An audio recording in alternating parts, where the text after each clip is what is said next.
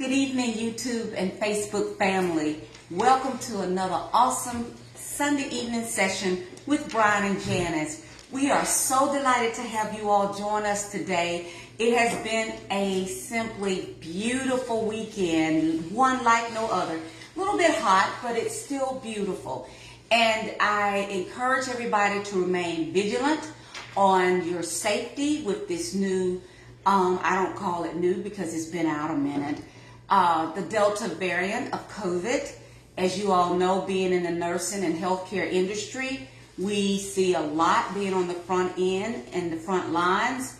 So I can assure you that if you remain safe, wear your mask, whether you've been vaccinated or not, you need to actively wear your mask. Don't go anywhere outside of your home without your mask. And if you're bringing anyone in your home that you're not 100% sure that they are safe, that you're safe with them, please wear your mask. So without any further ado, Brian and I are going to get straight down to it today. And please encourage anyone that you can to watch this session today. Hello, Cassandra. Hey, cuz. Good to see you.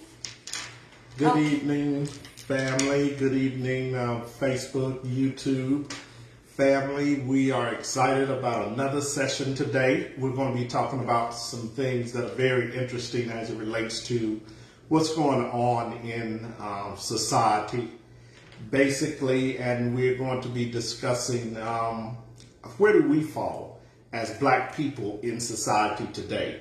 So we're going to talk about some normal and abnormal things that take place and that kind of that are categorized based on who we are in this American culture. So we want to deal with that. So our subject matter today is what is normal and what is abnormal, the creation of American culture.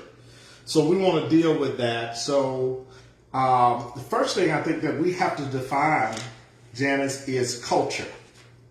So what would you say culture is? If you had to define culture, what would you say as it relates to American culture now? Well, culture is based upon the society in which you have an incorporated views of values, morals, and ideas based on whatever culture you deem yourself a part of. You can be of one nationality, but you can actually be incorporated into another set of culture by another nationality. Just say, for instance, me being African American, what if I grew up in Greece? You know, being African American, I was born in Greece. What culture would I belong to? I would belong to that society based on their morals, their values, their ideas, their way of life. You know? Good, and you're absolutely right. So before we actually get into the meat of our subject, I want to share this book. And this, we're talking from a perspective of this book. Now, it's a thick read, okay, but it is an excellent read. This book is called Yoruga, an African-centered critique of European cultural thought and behavior. Is by Dr. Marimba Ani. Dr. Marimba Ani, and you can order this off of Amazon. It's a thick read. It's 800 plus pages, but it is well worth the read.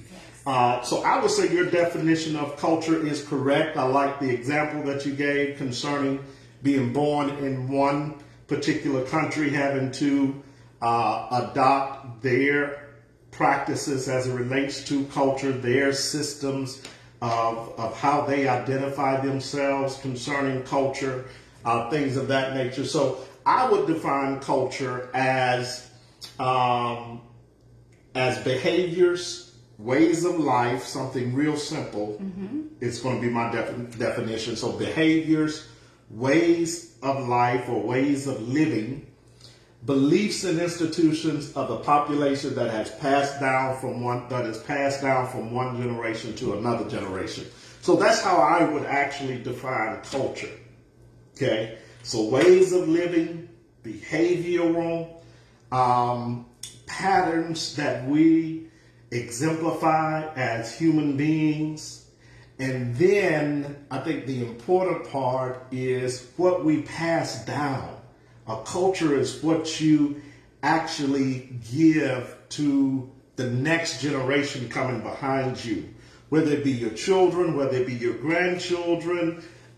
It's what you pass on to establish a culture that tends to follow you and that tends to, dictate, if you will, the goods, the do's, the don'ts of what you actually believe and what you practice as ways of living. Okay? So that's what I would say. That would be my definition of culture. I think when we talk about culture, and the reason that we're dealing with this subject today is because Black people view culture from a Western-centered thought, okay, from a European thought process. Okay. So when we look at culture through the eyes of European, because that is basically, if you're African American, like the definition that you gave, if you're African American, then the only thing you can identify with is American culture. And what has been passed on by way of those founding fathers, if you will, by way of those settlers that came to this country that were from Western Europe. So that's how we identify culture if we are African American, if we were born here on this soil and in this country. We identify with a Western European mindset. Well, Brian, we can look at it in this way. We can look at it in the eyes of our little adopted grandkids.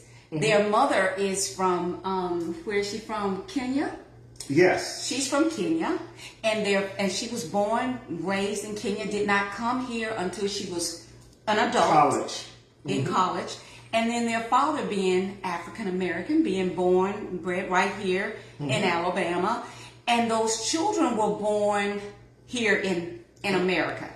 And they are totally, you can look at them and you know that they're from another country. Well, you don't know that they're from another country, but the way that they handle themselves, their mother has began teaching them their ways of living as it relates to the African culture as opposed to just them being Americanized and being integrated into Western culture. Okay, so we are fully indoctrinated, integrated, assimilated into Western culture. Very, very. You very often see, okay, an African person. You rarely often see. Thank you for correcting me. An African person that identifies with their African culture if they are born here in America. Right. Okay. So what Dr. Ani deals with is she deals with the thought process as it relates to how whites or Europeans view European culture, and based on how they view European culture, how they treat you as an African American that is also integrated into the same European culture, as opposed to how they treat another European that is integrated into European culture. So there are two different mindsets and two different views as it relates to how you are viewed by the European as opposed to how they view their own. how you are compared as an African American as opposed to how they compare themselves to their own.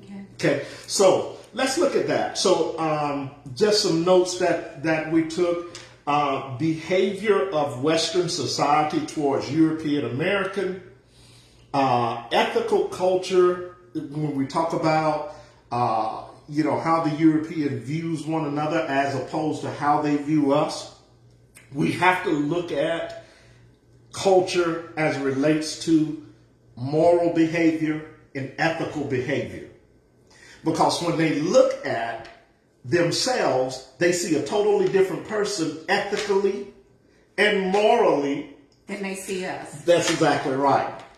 That weighs into the factor of how we are treated in this American culture. Well, Brian, we can reverse that too now. Okay. We can reverse that. In what sense? If you have someone, just say from Africa, that has come here and is it a professional, I'll give you an example, a doctor, a teacher, an attorney that is of African descent and came here in their adult life, they view Europeans, Asians, Hispanics differently than we do. Yeah, but they're viewing them from their culture. Yes. So that's what I'm saying. So what I'm saying is when we look at Western culture, Western society, how Europeans view other groups, okay, as opposed to how they view themselves here in America, okay, is drastically different. How they view us also gives us predictions on how we're treated based on behavior and ethics. Okay, so when Dr. Ani looks at this, she focuses on the European and how they treat each other. Because how they treat each other is drastically different, which we know, than how they treat us. But how they treat each other is interwoven into the culture and the creation of American society, okay, which we very rarely take a look at. So as we dive into this and kind of get into the meat of that, I just want to drive that home. There is a difference as it relates to how we are treated concerning this culture and how we are viewed based on behavior, based on ethics, based on all of those things, moral characteristics that we exemplify. All of those things factor into how they see us and how they treat us. Yes. Okay. So I agree with that. Okay. So all right. So let's kind of keep diving into this. All right. So one thing that I wrote down is that Dr. Ani pointed out is no matter how close you are to a European, the culture teaches Europeans to never see you as their own.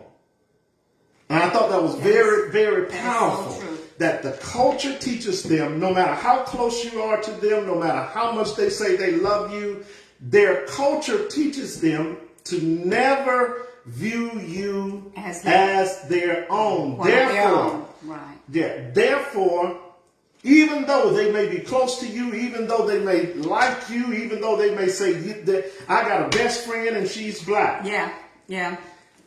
When I it have a comes, friend like that. when it comes to them doing for you over themselves, the culture teaches them to never violate that code of ethics. It is a code of ethics that is taught within the culture to never, no matter how much they like you or trust you or call you their friend, to never overstep the boundaries of accepting you over their own. Well, that is actually integrated into the cultural system. What happens of America. though when you have those that marry? We'll talk about that. We'll get to that. Okay, so just keep that in mind. And what she's talking about and what she's pointing out is the origin, in the inception, how this culture was created. Okay, and how it still affects black people today because we don't see the culture in the same eye or with the same, bird's eye view that they see the culture. Okay, so the culture was created to automatically give them a sense of humanity, a sense of superiority over all other cultures that came that were non-European. Okay. So they're very powerful. Okay. So what else did we write down? Okay. So they never treat others the way they treat those who identify as Europeans, regardless of the other group's desirability, regardless of how, nice you are. That's, just, so, all right. So how do the culture measure normal? Okay. How do the culture measure normal? From the inception of this country, family, the culture measured normal by these characteristics. Normal is good, beautiful, white, pleasing, appropriate, skinny, educated, middle class, and productive. Those are the character traits that was interwoven into the inception of American culture that says that a person is normal. Let me read that again. Say that again. What identifies normal, the characteristics of normal as far as Western society. As far as Western culture, you're in Western culture. Yes. You're American culture, yes. Okay. So you're in Western culture. So based on Western European culture, normal is good, beautiful, white, pleasing, appropriate, skinny, educated, middle class, and productive. Now, family, how many of you all are missing one of those traits? I'm missing more than one. Okay. How many? That's good. How many are missing more than one? If you are missing more than one of those traits, then you are viewed in this culture as abnormal. Now, what are the traits that identify an abnormal person in the creation of American culture and society? When this country was created, what were some of the traits that they stipulated were abnormal? Listen at this. Bad, ugly, black, unpleasant, inappropriate, fat, uneducated, poor, and lazy. Okay? So what is one of the defining traits that white people say about black people? This has been said since we were brought to this country in chains.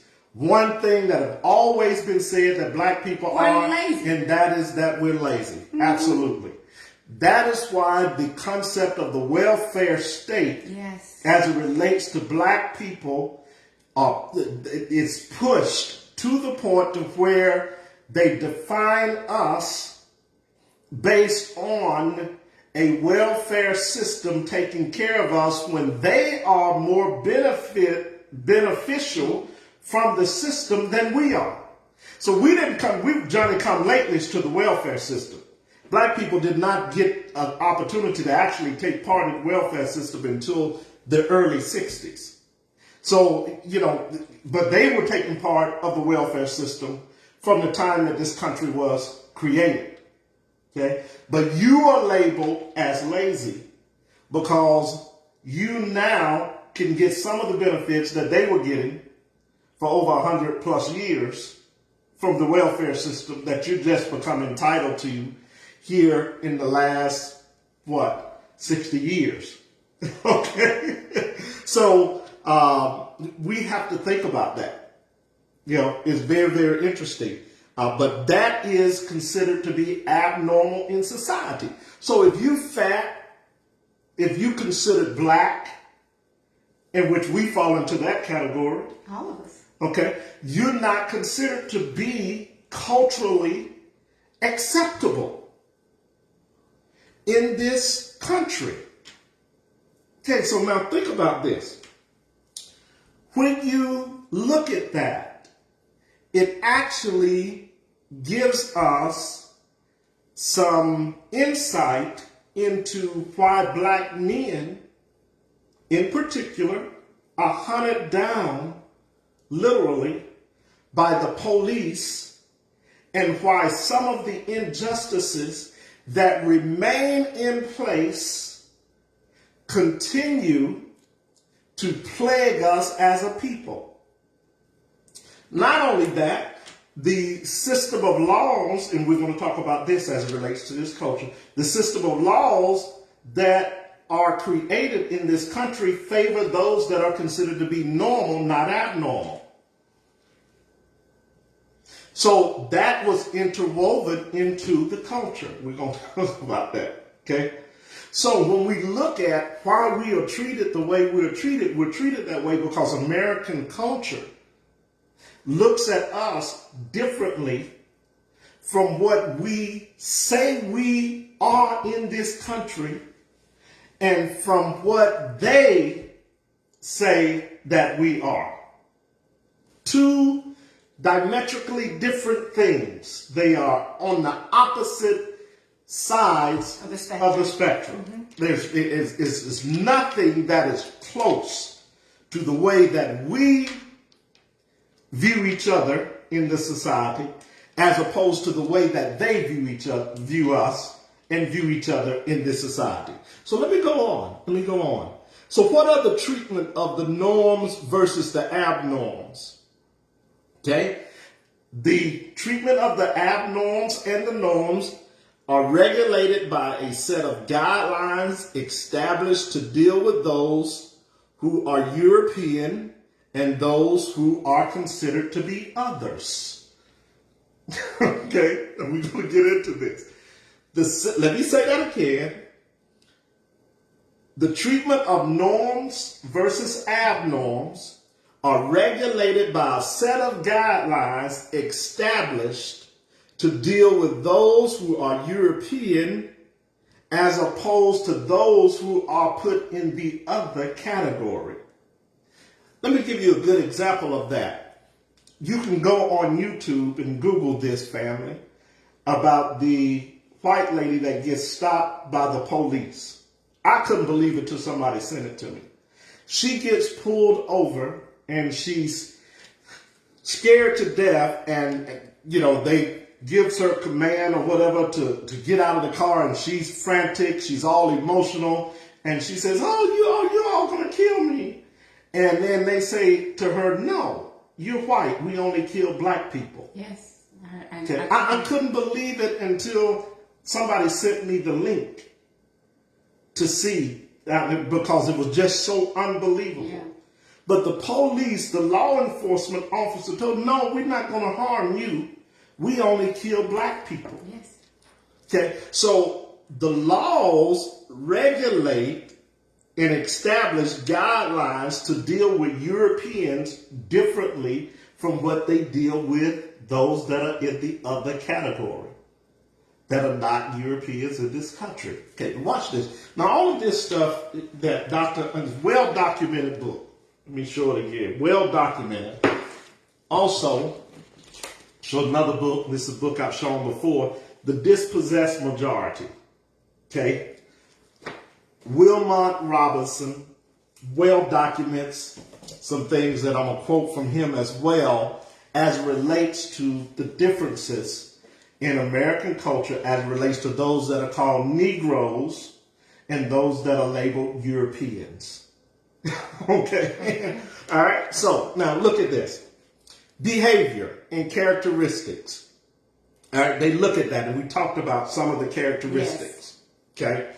Falls into the normal group, and the normal group are rewarded for their attributes and characteristics. Okay. Not only are they rewarded, they are approved of, and they are considered to be a valuable commodity for the betterment of society and the advancement of humankind. Oh, wow. Those that fit into the category of normal, let me read this again. In the normal group, they are rewarded, approved, and regarded as a valuable commodity for the betterment of society and the advancement of humankind. So what about those that fall into the abnormal group? Those that fall into the abnormal group are put down, disapproved, and looked upon as a liability and a sacrifice for the good of society. Meaning that if you have to become a sacrificial lamb for the good of society, then it's better to kill you if you are an abnormal person that doesn't benefit society for the good of the whole of society. So every time a black male is gunned down, that is why up until here lately with George Floyd, prior to George Floyd, every police officer was being exonerated for the murdering and lynching of black men. That's right. Okay? Mm-hmm. And even with the George Floyd case, the sentencing was not reflective of the crime. You understand what I'm saying? So there was still leniency given even in that. So it goes to show us, but now flip the script. If that was black officers that had stayed on the neck of a white person in America for 9 minutes, wow, what would have happened? So those are the questions that we have to ask. The military officer that was stopped in his SUV. Exactly.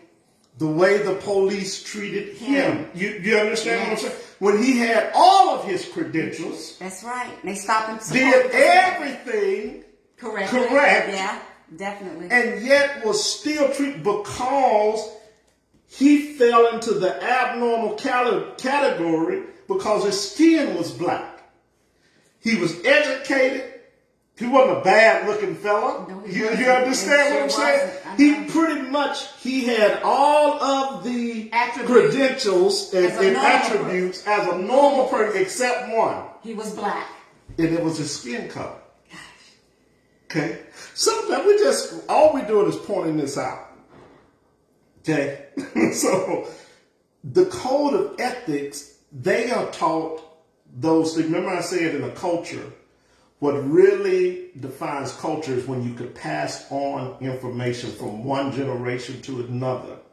That is what solidifies and establishes culture, because that generation that you pass the information on will duplicate what the culture is that they have been taught. That's exactly right. Okay, based on that information.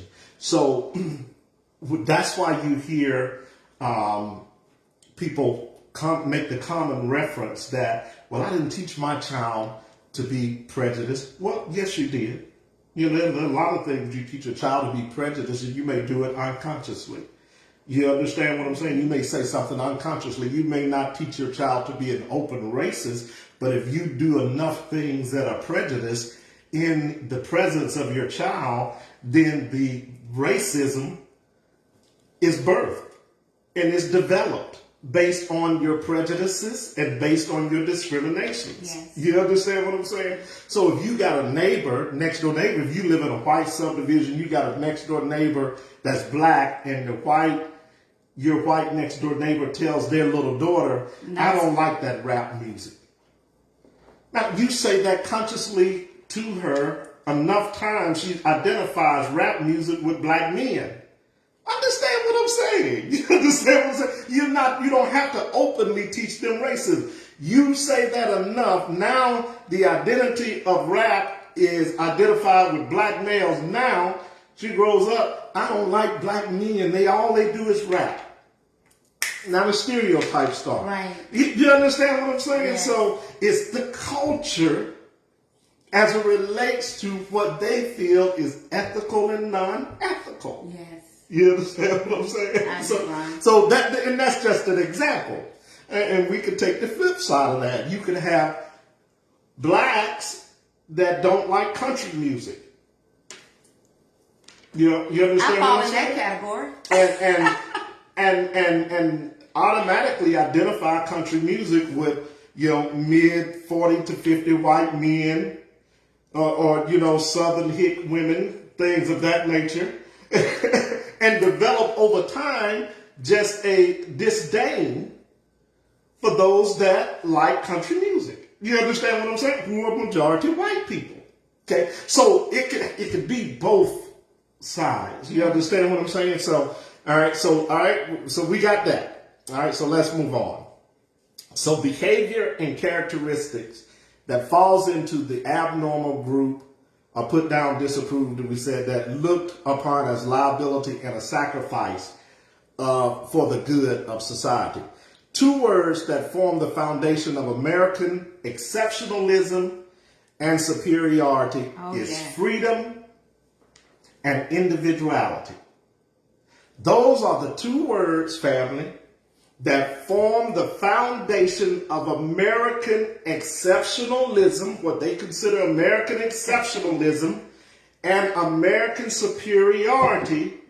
The two words when this country was established was freedom and individuality. Now, there are two types of freedom that they referred to in the inception of this country. The first is external freedom. What is external freedom? What would you say external freedom is? I consider that being able to leave your home, go into different venues, grocery stores, drive your car, be out in your yard, go to school, external, meaning things of outward people can see. Mm-hmm. That's visible to the natural eye. Okay. This is how they defined external freedom.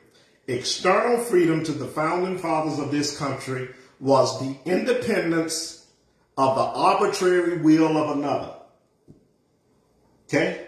Let me read that again.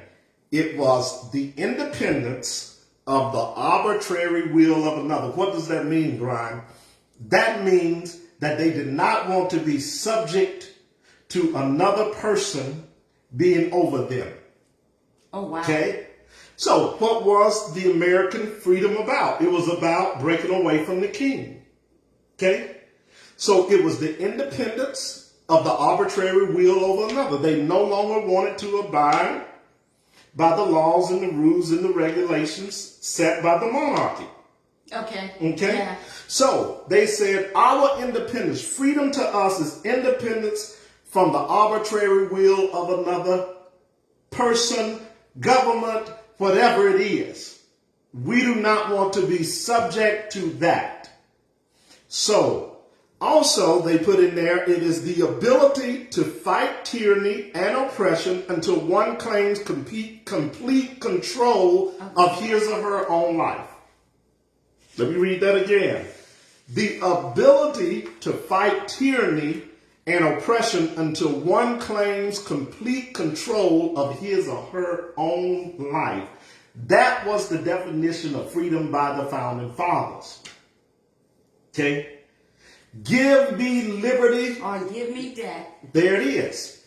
You understand what I'm saying? And that is important to understand because now, when it comes to us as African people, we're saying the same thing, but we are not fighting against the oppressor like they did. That's the only difference. See, we're trying to fight with our oppressors against the oppressor. Yes. And what was interwoven into American society is that they will never favor you, that's interwoven into the society, over their own. Even if you consider them your friends and they consider you their friends. What's in the culture is you never fight against, you see what I'm saying, your own based on you being the friend of an other or an abnormal. Okay? If you do, then we take you out. That's why it's very important. You see the Viola Louisos Yes. in the civil rights movement. Mm-hmm. You see those Europeans that went against their own, that broke the code, they were taken out. They were. You understand? Yes, they were. So they never go, they do not break the code. Family, we have to understand when we're dealing with American culture, if we're going to exist in it and coexist with our counterparts, then we have to understand how they operate. That is what Dr. Ani is trying to help us to get in our minds. So there's a psychological reprogramming that needs to take place. And to understand how they operate, how they view you. This was passed on from generation to generation. And whether you believe it or not, and it doesn't matter whether their son marries your daughter, whether your son marries their daughter, what has been put in the mind of that child, whether consciously or subconsciously, are products of the culture of America. You understand what I'm saying? Yes. So we have to understand that. So even with the byproducts of that American culture that's been taught to that child, is going to be some form of racism attached to it. Be it laying dormant or be it full blown. You understand? So even with, and I think it's important. So when we see even biracial couples, it would behoove us and to understand, be it man or woman that's in the biracial relationship, to understand that the culture that was introduced to his or her wife or husband, if they are European, the culture was set up to promote superiority and inferiority. The culture was set up and designed to promote normal and abnormal. And be it a black girl or a black man that's married to and just dealing with your question, they have to realize that the culture sees them as abnormal, even if their counterpart say they don't. You understand what I'm saying? Right. And that there's something subconsciously even embedded in their counterpart that could raise his head at any time. And I bet, I'm willing to bet this, that probably over 50% of biracial couples have experienced some form of racism from their spouse within the house. 50%. I'm just saying 50% to be fair. I would take it higher than that. I would say 80% because it has to come up. Oh, absolutely. And so we deal with that because that is in the American culture. Okay, we are considered to be the abnorm. We are considered to be the bad, the ugly. That's why any type of crimes. Now, there are more crimes committed in the poor, rural, white communities than there are in the urban, metropolitan communities of black people. But you only hear the promotion of Chicago, Washington, Detroit, and now Alabama. Okay? But so what am I showing you? But there are more crimes committed in the rural, white, poor white areas.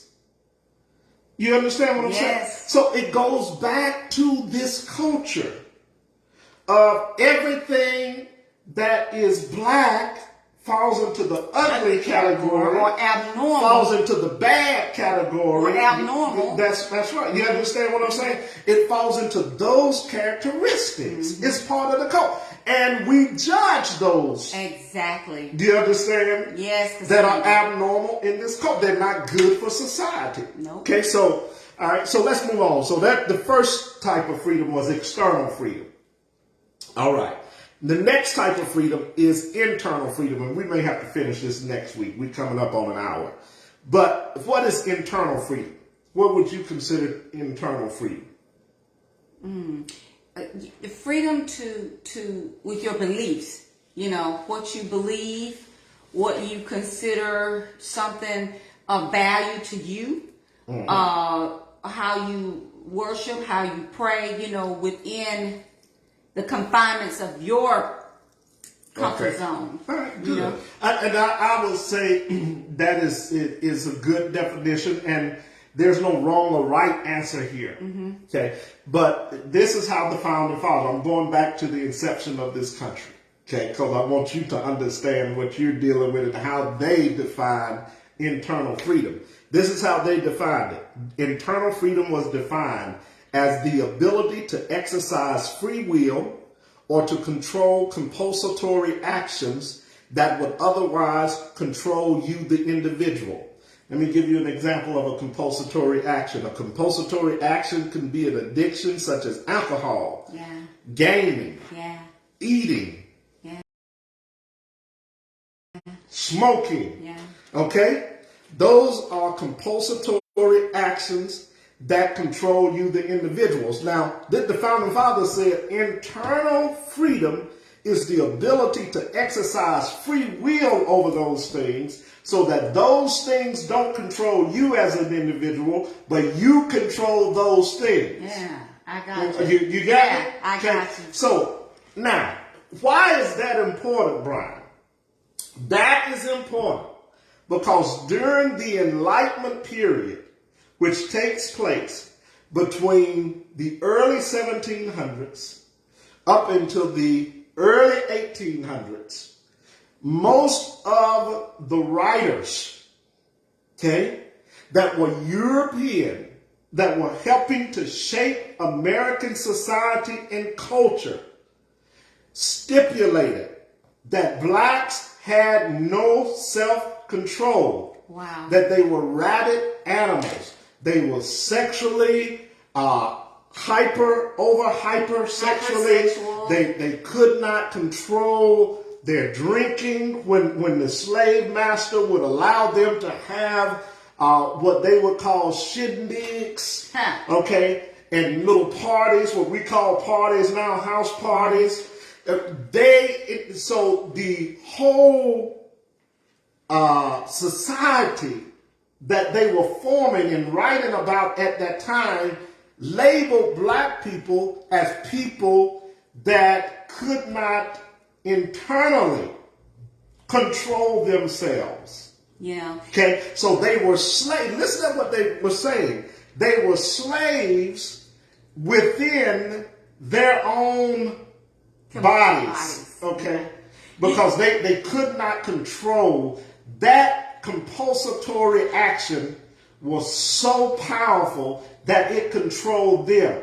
It gave them a reason to say that the only way that the slave is going to get better is if we indoctrinate them. It gave them a reason to impose their religion on them and to also sanction them being beaten, them being whipped, them being demeaned as a part of curbing their compulsory addictions. Okay?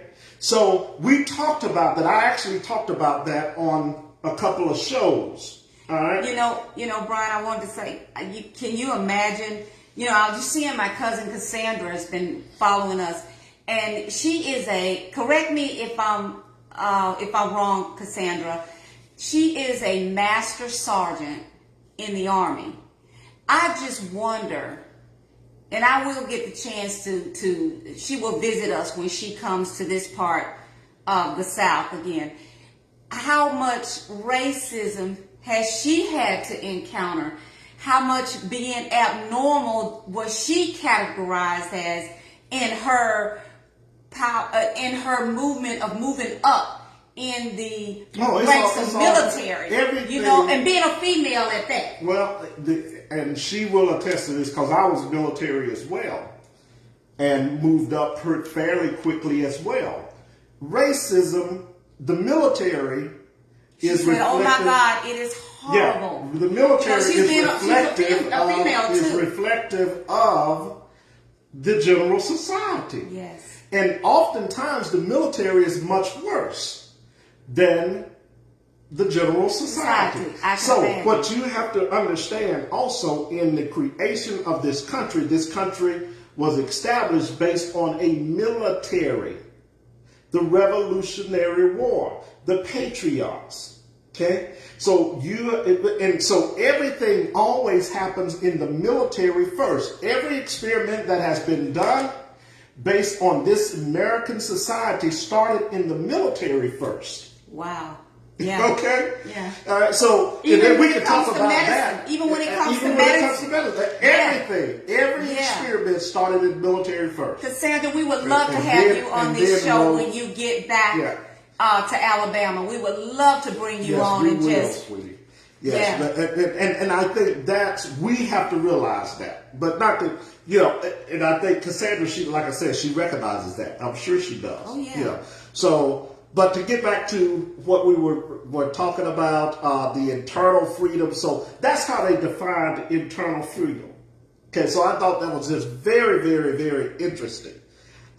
So inner slavery, and this is my notes, guys. Okay, inner slavery is when your decision making is based upon the desire you have to feed your addiction. Let me say that again.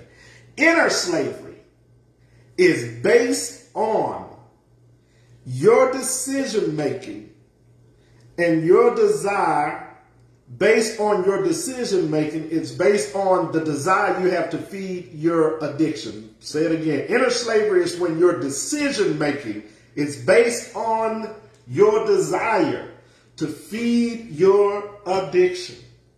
So when you choose, this is the very powerful, when you choose to make a decision based on satisfying an addiction over what is right, you are dealing with inner slavery. You are a slave to that addiction. internal freedom you don't have in. You are a slave to that addiction. That's right. Okay? So you think about how many people make a wrong choice based off of addictions that they have. A lot, Brian. It's a whole lot. It's a lot. Black people in general almost have been conditioned to make decisions based off of an addiction. Shopping. Are you trying to throw shade at me? Hey, it is what it is. Yes, I'm a shopaholic. But when you will go out and shop overpaying a bill, there's something wrong. Okay? When you will eat. I hadn't done that, Brian. Okay, I did not say you did. But we have to think about that. When you spend money on buying a six-pack over paying your water bill, Yeah, that's bad. and you have children in the house. But we have people that do that all the time. Mm-hmm. Okay? So that is a person that internally is in slavery. Okay? So Johann Wolfgang Goethe said this. He said, from the forces that all creatures bind, who overcomes himself, his freedom finds. Let me read that again. Johann Wolfgang Goethe said, from the forces that all creatures bind, who overcomes himself, his freedom finds. That is very powerful, family. Okay? When you can overcome yourself, that's when you find inner freedom. That's when you're no longer a slave to the person within. Unfortunately, the external slavery, external freedom and the internal freedom, black people in this country was conditioned to fight against both of them and to accept the oppressors' regulations and rules that were set in place that treated them as abnormals. Okay? So we were expected to accept that our addictions was things that we couldn't do anything about. Yeah. That we did not have power within our own self. So now if you go to the Bible calls that exercising free will. You understand what I'm saying? So what does that say about an individual that cannot get control of his addiction? It simply says that that person doesn't understand yet how to exercise free will, that the power of free will has been taught out of him. Okay? So, all right, so let me move on. All right, and like I said, we're going to have to finish this up next week. Okay, so complete freedom. This is my comment. Complete freedom includes the internal and the external, which are governed by will and environment. Okay, the external things are the things that you named. Okay, but to the founding fathers, the external was them not being oppressed by another's will. Period. That's all they saw. We're not going to deal with tyranny. We are not going to be oppressed by a set of rules anymore. We will govern ourselves. You understand what I'm saying? And then internally, there's nothing, we will not make decisions based off of erratic impulses. Addictions are simply erratic impulses that you feed till they become part of who you are. And it takes a strong inner will to break that. Okay? So that's what the founding fathers' concept was. In the creation of this society, we will not be externally or internally in slavery. But those that are abnormal, we will subject them to external and internal slavery. Okay. Very powerful. Powerful. And we see that we still deal with those things today. We still have not yet overcome. People think that they're free because there are no chains on them. Right, yeah. Okay? But when you are still subject to the tyranny of others and the rules and the regulations of others that says we can govern you better than you can govern yourself, then you're still externally in slavery as well. Exactly right. And see, black people, this is where I have a problem. This is why they killed Marcus Garvey. They killed Marcus Garvey because Garvey took 4 million black people that believed that they could govern themselves better than this country that was oppressing them. And they built a nation. You understand what I'm saying? So anytime black people want to step outside of how we are governed by this country, in the culture, American culture, that's when America has a problem. Yes.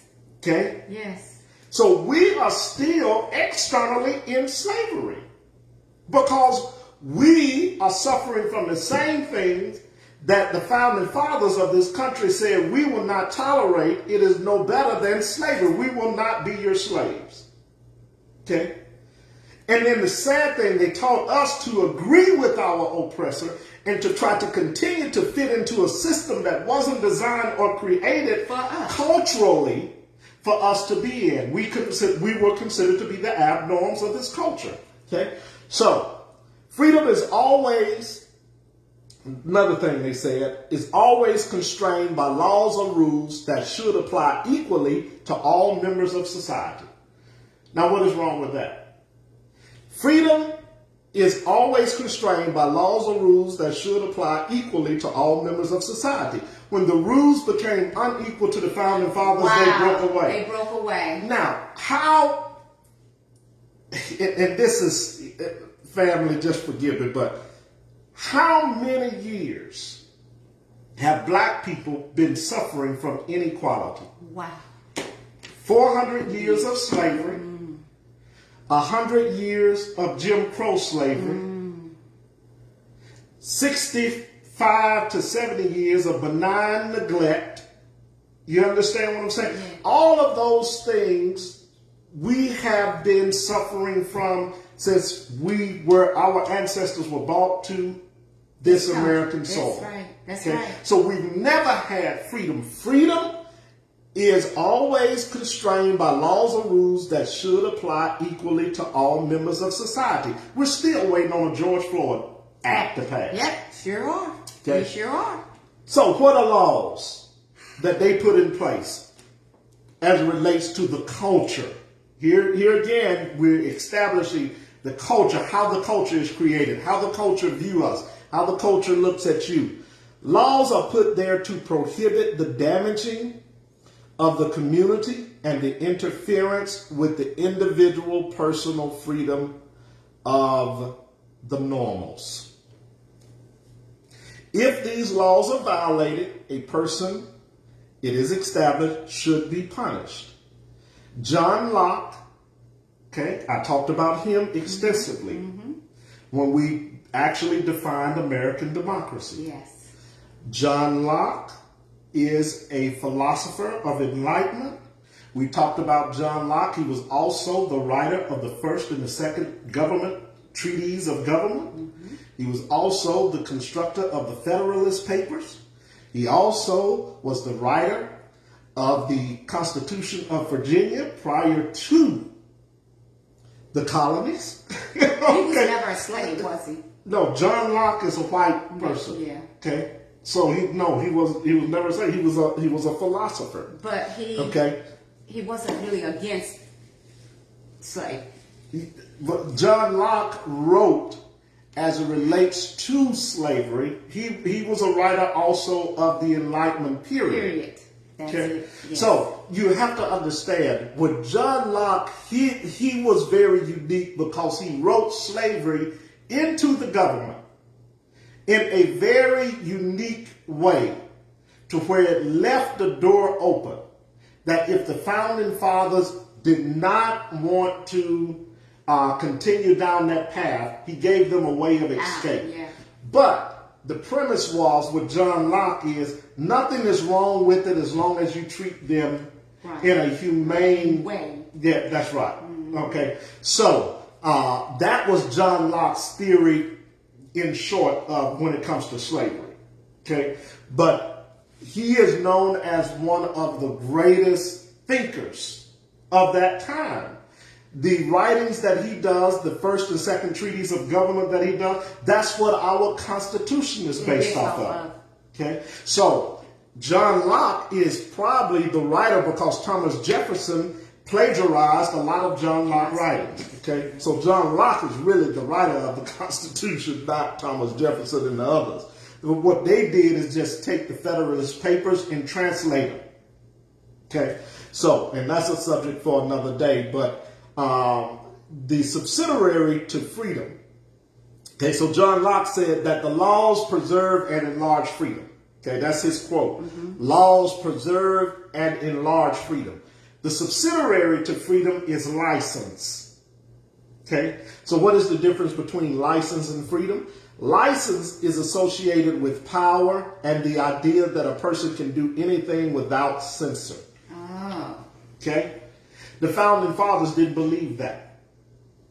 Okay? So now what you have is you have freedom that is opposing licensure. Let me show you the two sides.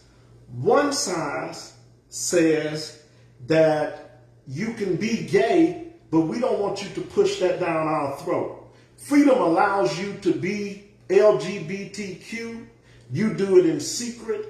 It's not part of this cultural society. This is not how our country was established. We don't want you pushing that down our throat. You do it, that's freedom. Licensure comes back and opposes that and says, no, we need to make this the norm in society We don't need to be the abnorm of society anymore. We want the same equal rights as everybody else. So now you got licensure that is opposing freedom. You got patriotism. Do you understand what I'm saying? That is opposing liberalism. So you got those two things. You got conservatism that oppose liberalism. Okay, and progressivism. So you got those things now clashing. Why? Because there's a contradictory going on as it relates to the establishment of how this country was created and the culture that was established to isolate norms and abnorms. I got it. To isolate norms and others. The LGBTQ fall into the other category. They fall into the abnormal category. You understand what I'm saying? Yes. So they are now saying that we want, freedom says no, laws restrict, laws prohibit for the betterment of society. Licensure says, no, I can override those laws to do anything I want to do and to fit what I want to do. So that's why you see the dilemma that we are in today. Okay? We see the same dilemma. Whereas, and then on the other end of the spectrum, we have black people that are saying, we just want to be treated equally. We just want freedom. That's all. We just want the same laws that apply to you to apply to us. That's what you said freedom was. Okay? And we're still trying to fight in the fight of just being free. Whereas now you got other groups that are coming out and saying, no, we want a license to do everything. They done skipped over freedom and says, no, we're gonna ban the whole thing. We want to do what we want to do. We want to rule. We want to go. Right. That's what they want. You understand what I'm saying? So then you have the other side that opposes that and said, no, we're not going to let y'all do that because our country wasn't built this way.